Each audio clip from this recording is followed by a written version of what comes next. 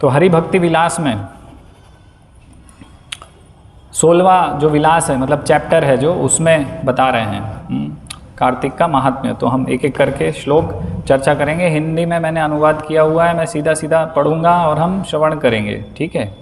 तो पहले श्लोक में बता रहे हैं कि मैं पूर्ण पुरुषोत्तम, ये क्या है, इसमें चर्चा हो रही है, ब्रह्मा जी की और नारद मुनि की चर्चा चल रही है। तो बता रहे हैं, मैं पूर्ण पुरुषोत्तम भगवान को आत्मसमर्पण करता हूँ, जो कमर से बंधे हुए थे एक रस्सी से, और वो श्री राधा रानी के प्रेमी हैं। उनकी शक्ति से व्यक्ति कार्तिक मास की सेवा करने में सक्षम होता है, जो कि कृष्ण को बहुत प्रिय हैं। तो राधा रानी की शक्ति से हम भगवान की कार्तिक मास की सेवा कर सकते हैं, है ना, इस प्रकार से बता रहे हैं। स्कंद पुराण, पद्म पुराण और अन्य शास्त्र में कार्तिक मास के कर्तव्यों का स्पष्ट रूप से वर्णन किया गया है। वे जो कहते हैं उसका सार यहाँ एक जगह में एकत्रित किया गया है ना। तो हरि भक्ति विलास में, ये 16वें विलास में ये सब एक जगह एकत्रित किया गया है। कहाँ कहाँ से है? पद्म पुराण से है, स्कंद पुराण से है और अन्य शास्त्रों से है। तो विशेष रूप से कार्तिक के महीने में एक वैष्णव को नियमित रूप से सुबह स्नान करना चाहिए, भगवान दामोदर की पूजा करनी चाहिए, दान देना चाहिए, है ना, व्रतों का पालन करें और अन्य आध्यात्मिक कार्य करें। तो दान के विषय में भी हम चर्चा कर चुके हैं, सतोगुणी दान, रजोगुणी दान और तमोगुणी दान, जो श्रीमद् भगवद गीता में वर्णित है। तो सबसे अच्छा दान कौन सा होता है? भगवान के भक्तों को दान देना, है ना। तो भगवान के भक्तों को दान देंगे तो क्या होगा? एक तो आप दान दे रहे हैं, वो आपको पुण्य लाभ इस प्रकार से हो रहा है, और दूसरा ये है कि वो जो दान है आपका, वो भगवान की सेवा में लगेगा पूर्णतः। तो भगवान वो सेवा को वैष्णवों के माध्यम से स्वीकार कर लेंगे। तो क्या हुआ? आपकी आध्यात्मिक प्रगति का कारण होगा वो, है ना। और इधर उधर हम दान देंगे तो देखते हैं हम कि लोग अपनी इंद्रिय तृप्ति में, है ना, जैसे हमने उस दिन चर्चा किया कि नशे में उपयोग कर लेते हैं लोग हमारा दान। उससे क्या होगा? जो पाप कर्म वो करेंगे उनके जीवन में, उसके भागी हम बनेंगे। तो पुण्य की जगह क्या हो जाएगा? पाप हो जाएगा। इसलिए भक्तों को दान देना चाहिए, है ना। तो हाँ, अगले श्लोक में इस प्रकार से बता रहे हैं। स्कंद पुराण में ब्रह्मा जी और नारद जी की बातचीत में कहा गया है, हे धर्म के अनुयायियों में सर्वोत्तम, यानी कि ब्रह्मा जी बोल रहे हैं नारद मुनि को, जो व्यक्ति कार्तिक व्रत का पालन नहीं करता वह पापी है। अभी ये सब नेगेटिव चीज़ें हैं ना, हमने अच्छी अच्छी चीज़ें बहुत सुनी थी और सुनेंगे आगे और अच्छी चीज़ें, लेकिन अभी यहाँ पता चल रहा है कि जो ये कार्तिक व्रत में पालन नहीं कर रहे हैं, ऊर्जा व्रत का, कार्तिक व्रत का पालन नहीं कर रहे हैं, दामोदर मास में ये नहीं कर रहे हैं, तो उनके लिए बता रहे हैं कि क्या होगा। तो जो व्यक्ति कार्तिक व्रत का पालन नहीं करता है वह पापी है। वह उस व्यक्ति के समान है। अभी पाप बता रहे हैं कि कितना स्तर का, कितने लेवल का पापी है ना। वह उस व्यक्ति के समान है जो अपने माता पिता की हत्या करता है। इतना बड़ा जघन्य अपराध तो उसके बराबर है कार्तिक व्रत को पालन नहीं करना। जो व्यक्ति इस महीने में व्रत का पालन नहीं करता है, जो भगवान दामोदर को प्रिय है, मतलब ये जो दामोदर मास है भगवान दामोदर को प्रिय है, ये हमने देखा अभी पिछले लेक्चर में, तो खुद को सभी धार्मिक सिद्धांतों से बाहर पाता है। जो पालन नहीं करेगा वो खुद को धार्मिक सिद्धांतों से बाहर पाता है। किस प्रकार बाहर पाएगा? वह पशु के गर्भ में जन्म लेता है। तो अगला जन्म उसका क्या होगा? पशु के गर्भ से होगा, यानी पशु योनि को प्राप्त होगा।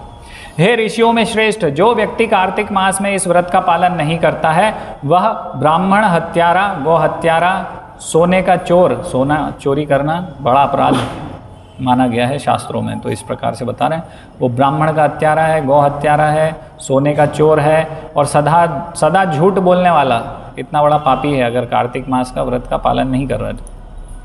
हे ऋषियों में बाघ, मतलब ऋषियों में श्रेष्ठ, है ना। बाघ का मतलब ये नहीं है कि उनको बाघ पशु बोल रहे, मतलब ऋषियों में श्रेष्ठ बता रहे हैं, जैसे कि बाघ श्रेष्ठ है ना। एक विधवा विशेष रूप से जो कार्तिक के व्रत का पालन नहीं करती नरक में जाती है। ठीक है, ओके।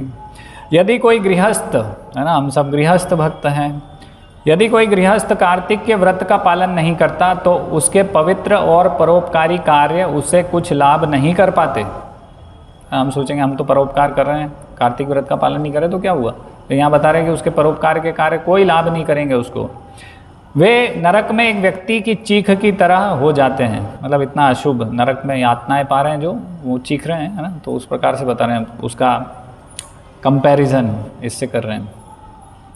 यदि कोई ब्राह्मण कार्तिक व्रत का खंडन करता है तो इंद्र और सभी देवता उसे अस्वीकार कर देते हैं। हे ब्राह्मणों के राजा, एक व्यक्ति जो 100 श्राद्ध और बहुत से यज्ञ करता है, श्राद्ध भी कर रहा है और बहुत से यज्ञ संपन्न किए हैं, लेकिन कार्तिक व्रत का पालन नहीं करता, स्वर्गलोक में प्रवेश नहीं कर सकता। तो उच्च लोक मतलब उच्च गति को प्राप्त नहीं हो सकता। विशेष रूप से एक सन्यासी, वानप्रस्थ या एक विधवा जो वैष्णव कार्तिक व्रत का पालन नहीं करती, नरक में जाते हैं। हे ब्राह्मणों के राजा, वेदों और पुराणों के अध्ययन से व्यक्ति का क्या लाभ होगा? हम सोचते हैं कि हम तो वेद अध्ययन कर रहे हैं, शास्त्र पढ़ रहे हैं, पुराण का अध्ययन कर रहे हैं, तो ठीक है भाई, कार्तिक मास में हम ये कार्तिक व्रत नहीं रखेंगे। तो उनके लिए बता रहे हैं कि हे ब्राह्मणों के राजा, वेदों और पुराणों के अध्ययन से व्यक्ति का क्या भला लाभ होगा? इस प्रकार से बता रहे हैं, उससे लाभ नहीं होगा जो वैष्णव कार्तिक व्रत का पालन नहीं करता, है ना। जो व्यक्ति कार्तिक व्रत का पालन नहीं करता है, वह अपने जीवन के पवित्र कर्मों को जलाकर राख हुआ पाता है। तो इस प्रकार से कि हमारे जो पुण्य कर्म है उसको हम जला के भस्म कर रहे हैं, अगर कार्तिक व्रत का पालन नहीं कर रहे हैं तो। जो व्यक्ति कार्तिक व्रत का पालन नहीं करता है, वह पाता है कि उसका सारा दान, महान तपस्या और मंत्र जप व्यर्थ हैं। हे नारद, यदि कोई वैष्णव कार्तिक व्रत का पालन नहीं करता है तो उसके 7 जन्म के पुण्य कर्म व्यर्थ हो जाते हैं। हे महान ऋषि, वे जो शुभ वैष्णव कार्तिक व्रत का पालन नहीं करते हैं, वे इस दुनिया में पापियों के रूप में जाने जाते हैं। यह आगे कहा गया है, हे नारद, एक व्यक्ति जो वैष्णव कार्तिक व्रत का पालन नहीं करता है, पूरे जीवन के पवित्र कर्मों को खो देता है। यह भी कहा गया है, हे ऋषि, एक व्यक्ति जो कार्तिक और चतुर्मास व्रतों का पालन नहीं करता है, ब्राह्मण हत्यारे की तरह पापी है, वह अपने परिवार में सबसे अपमानित व्यक्ति है। पद्म पुराण में श्री नारद जी और श्री शौनक के नेतृत्व वाले ऋषियों की बातचीत में यह कहा जाता है, कर्म की इस दुनिया में एक इंसान जो कार्तिक व्रत का पालन नहीं करता है, अपने हाथ में रखा चिंतामणि रत्न लेकर उसे गंदे पानी में फेंक देता है। और अभी कार्तिक मास आया, लेकिन हम अपना वही जीवन जी रहे हैं, पापमय जीवन, सारे पाप कर रहे हैं और शुद्ध होने का प्रयास नहीं कर रहे हैं। तो इस प्रकार से हुआ कि चिंतामणि रत्न हमारे हाथ में आ गया। तो चिंतामणि किस प्रकार से है? पारस एक हम बोलते हैं ना, तो पारस क्या करता है? सोने में परिवर्तित कर देता है कोई भी धातु को। तो चिंतामणि किस प्रकार से? कल्प वृक्ष के समान है चिंतामणि, तो है ना। तो वो आता है ना, ब्रह्मा जी बोल रहे हैं, चिंतामणि प्रकर सद्मसु कल्प वृक्ष लक्ष्यावृतेषु सुरभिर अभिपालयंतम। तो ये जो चिंतामणि है, इससे जो भी चीज़ आप मांगेंगे वो सब आपको प्राप्त हो जाएगा। इस प्रकार से है ये, कल्प वृक्ष के समान है ना। जो इच्छा होगी वो आपको प्राप्त होगा। लेकिन अगर हम कार्तिक व्रत का पालन नहीं कर रहे हैं तो इस प्रकार से होगा कि ऐसा चिंतामणि हमारे हाथ में था और हमने क्या करा, कीचड़ में फेंक दिया। तो इस प्रकार से यहाँ बताया है। हे ब्राह्मणों, कार्तिक मास भगवान कृष्ण को बहुत प्रिय है, इसलिए प्रभु कृष्ण कार्तिक व्रत का पालन नहीं करने वाले किसी भी व्यक्ति से अपना मुंह फेर लेते हैं। कार्तिक व्रत जो पालन नहीं करेगा तो भगवान श्री कृष्ण को, क्योंकि वो प्रिय है, तो भगवान अपना मुंह फेर लेंगे उससे। स्कंद पुराण में कहा गया है, हे पुत्र, ब्राह्मण जो कार्तिक के महीने में व्रत का पालन नहीं करता है, दान देना और यज्ञ कर रहा है, जप कर रहा है, स्नान कर रहा है, सब कर रहा है, या भगवान कृष्ण को प्रसन्न करने के लिए व्रत का पालन करना नहीं कर रहा है, तो वो पुरुषों में सबसे नीच है ना, अधम है वो। मतलब दान नहीं कर रहे हैं हम, है ना। इसका थोड़ा सा मतलब समझेंगे कि दान नहीं कर रहे हैं हम, यज्ञ नहीं कर रहे हैं, जप नहीं कर रहे हैं, स्नान नहीं कर रहे हैं भगवान कृष्ण को प्रसन्न करने के लिए। अगर हम ये सब नहीं कर रहे हैं तो फिर हम सबसे नीच हैं। आगे कहा गया है, जो कार्तिक मास में दान नहीं करते और वे यज्ञ जप या नियम का पालन करते हैं, वे अपने ही कीमती सामान के चोर हैं। वे जो चाहते हैं उन्हें प्राप्त नहीं कर पाते हैं। ठीक है, तो ये सब विवरण हमें शास्त्रों में मिल रहा है। इतना डेंजर खतरनाक विवरण मिल रहा है शास्त्रों में। तो अभी थोड़ा सा जो हमें हृदयघात हुआ है, तो हम थोड़ा अच्छा कुछ सुनेंगे कि शास्त्र में किस प्रकार से और बताया है ना। तो स्कंद पुराण में कहा गया है, सभी पवित्र स्थानों में स्नान करने और सभी दान देने से प्राप्त पुण्य फल कार्तिक के व्रत का पालन करने से प्राप्त परिणाम के 10 लाखवें हिस्से के बराबर भी नहीं है।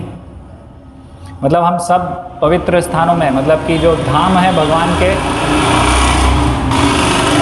तो धाम में हम चले गए, सब जगह स्नान कर लिया, दान कर लिया, है ना, और पुण्य प्राप्त कर लिया, तो वो कितना है, वो 10 लाखवें हिस्से के बराबर भी नहीं है कार्तिक व्रत का पालन करने के। तो जो हम अभी यहाँ कार्तिक व्रत का पालन कर रहे हैं, भगवान के नाम का जप कर रहे हैं, कीर्तन कर रहे हैं, दामोदर अष्टकम गा रहे हैं जो कि शास्त्र में वर्णित है, और जो भगवान को यहाँ पर दीपक दिखा रहे हैं, तो वो क्या है, वो जो हम सब धाम में चले जाएंगे, स्नान कर लेंगे, दान कर देंगे धाम में, तो वो जो वहाँ करेंगे वो केवल 10 लाखवां हिस्सा ही होगा जो अभी हमने कार्य किया है, जो भगवान की सेवा में कुछ किया है उसके बराबरी में। सभी पवित्र स्थान, यज्ञ, दक्षिणा, पुष्कर, कुरुक्षेत्र और हिमालय में निवास और दान में मेरू पर्वत के समान सोने का ढेर देना, है ना, मेरू पर्वत यानी कि बहुत बड़ा, तो उसके बराबर का भी सोने का दान देंगे। तो ये सब क्या है, ये सब कार्तिक में निवास करते हैं। तो कार्तिक मास में अगर आपने किया तो ये सब हो गया। वैसे तो वास्तविकता में आप इतना मेरू के बराबर, मेरू पर्वत के बराबर तो स्वर्ण आप किसी को दान दे नहीं पाएंगे कभी भी, लेकिन अगर आप कार्तिक मास में ये सब कर रहे हैं तो, है ना, शुद्ध रहने का पालन करते हुए, शुचि का पालन कर रहे हैं, सब नियम का पालन कर रहे हैं, है ना, और भगवान की इस प्रकार से सेवा कर रहे हैं, तो ये आपका ये सब ऑटोमेटिक हो गया, ये सब, है ना, अलग से करने की आवश्यकता नहीं। कृष्ण के महीने में भगवान विष्णु की जो सेवा की जाती है वह शाश्वत है। अभी जो हमने किया ये सब शाश्वत है, ये कभी समाप्त नहीं होगा, है ना, बाकी सारी चीज़ें नश्वर है। कार्तिक मासों में श्रेष्ठ पवित्र कर्मों में सबसे पवित्र, सबको शुद्ध करने वालों में सबसे शुद्ध है। कार्तिक माह में श्रेष्ठ है, ये तो हम कई बार इसका वर्णन पा चुके हैं शास्त्र में। यह आगे कहा गया है, हे नारद, हे ब्राह्मणों के राजा, हे महान ऋषि, नदियों, पहाड़ों और समुद्र सब नष्ट हो जाएंगे, लेकिन कार्तिक मास कभी नष्ट नहीं होगा, भगवान का प्रिय है। कार्तिक जैसा कोई महीना नहीं है, कोई युग सतयुग जैसा नहीं है, कोई शास्त्र वेदों के समान नहीं है, कोई पवित्र स्थान गंगा जैसा नहीं है। तो इसमें पता चल रहा है कार्तिक जैसा कोई पवित्र महीना नहीं है ना। कार्तिक सर्वश्रेष्ठ महीना है। कार्तिक हमेशा वैष्णवों को प्रिय होता है। हे महान ऋषि, हे वैष्णव, जो भक्ति के साथ कार्तिक की सेवा करता है अपने पूर्वजों को नरक से बचाता है। ये भी कार्य हो जाएगा आपका, आपके पूर्वज भी नरक से बच जाएंगे, अलग से कुछ करने की आवश्यकता नहीं। हम बहुत चिंतित रहते हैं पूर्वजों का क्या होगा, श्राद्ध करें, गया जाएं, ये करें, है ना, ये सब हो जाएगा भगवान श्री कृष्ण की कृपा से। पद्म पुराण में कहा गया है 12 महीनों में से कार्तिक भगवान कृष्ण को सबसे प्रिय है। जो कोई भी इस समय महीने के दौरान भगवान विष्णु की थोड़ी सी भी पूजा करता है, कार्तिक उसे भगवान विष्णु का दिव्य धाम प्रदान करता है। भगवान का धाम प्राप्त होगा, थोड़ी सी भी पूजा लिखा है यहाँ पर। जैसा कि सभी जानते हैं, भगवान दामोदर अपने भक्तों से प्यार करते हैं। भगवान दामोदर का महीना है कार्तिक मास, तो कार्तिक मास को भी भक्त प्रिय होता है। कार्तिक मास भी सोचता है थोड़ी सी भी भक्ति सेवा बहुत बड़ी और महत्वपूर्ण है। तो हम देखते हैं कि जो भी, जैसे हम बोलते हैं कि वेद जो है भगवान के धाम में भगवान का पुरुष रूप में सेवा कर रहे हैं, मतलब साकार रूप में है ना, इस प्रकार से हम बोल रहे हैं। तो इसी प्रकार से यहाँ पर ये जो वर्णन है इस प्रकार से बताया गया कि कार्तिक मास भी पर्सोनिफाइड, हम बोलते हैं ना अंग्रेजी में, तो पर्सोनिफाइड मतलब कि एक व्यक्ति है ना, इसलिए ऐसा बता रहे हैं कि कार्तिक मास को भक्त प्रिय होते हैं, है ना, और थोड़ी सी भी सेवा उनको बहुत महत्वपूर्ण लगती कार्तिक मास को भी। भले ही यह केवल एक संक्षिप्त क्षण के लिए रहता है, मानव रूपी जीवन बहुत दुर्लभ है और मूल्यवान है। इसी प्रकार कार्तिक का संक्षिप्त मास भी अत्यंत दुर्लभ और मूल्यवान है ना। अभी ये जो श्लोक लिखा है बाहर, लब्ध्वा सुदुर्लभम इदम बहु संभवान्ते मनुष्यम अर्थदम नित्यमपीह धीरः तूर्णम यतेत न पतेद अनुमृत्यु यावन निश्रेयसाय विषयः सर्वत्र खलु स्यात्। तो क्या बता रहे हैं इसमें कि दुर्लभ और अर्थपूर्ण है ये मनुष्य जीवन। इसी प्रकार से ये जो संक्षिप्त मास है, छोटा सा कार्तिक मास, ये भी बहुत दुर्लभ और महत्वपूर्ण मूल्यवान है। कार्तिक के महीने में एक भी दीपक चढ़ाने अर्पित करने से भगवान कृष्ण प्रसन्न होते हैं। भगवान कृष्ण उसका भी महिमा गान करते हैं जो किसी और को चढ़ाने के लिए दीपक जलाता है।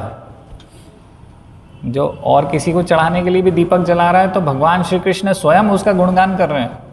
इतना विशेष महत्व है इसमें। स्कंद पुराण में कहा गया है अन्य व्रतों से जीवन भर पुण्य का फल मिलता है, मतलब एक जीवन, लेकिन कार्तिक के व्रत से 100 जन्मों के पुण्य कर्मों का फल मिलता है। है ना, भारी डिस्काउंट है। प्रतिदिन करिए, अन्यों को भी बताइए, उसका भी आपको आध्यात्मिक लाभ होगा। अन्यों को भी इनवाइट कीजिए यहाँ पर, ये है ना, ये सभी के लिए है। जो व्यक्ति कभी भी यज्ञ नहीं करता या पितरों का श्राद्ध नहीं करता, लेकिन जो कार्तिक के व्रत का पालन करता है, वह भगवान विष्णु के धाम में जाता है ना। हमने पितरों का श्राद्ध नहीं किया और यज्ञ नहीं किए, कभी कुछ भी नहीं किया, लेकिन कार्तिक का व्रत कर रहे हैं, तो भगवान विष्णु उसको धाम में पहुंचा देंगे। हाँ, जो कभी कभी कार्तिक के दौरान उपवास करता है वह मोक्ष प्राप्त करता है, वह एक आध्यात्मिक रूप प्राप्त करता है भगवान कृष्ण की तरह। यह आगे कहा गया है, हे सर्वश्रेष्ठ ऋषियों, एक ब्राह्मण, क्षत्रिय, वैश्य या शूद्र जो कार्तिक व्रत का अनुसरण करते हैं पापी परिवार में जन्म नहीं लेंगे।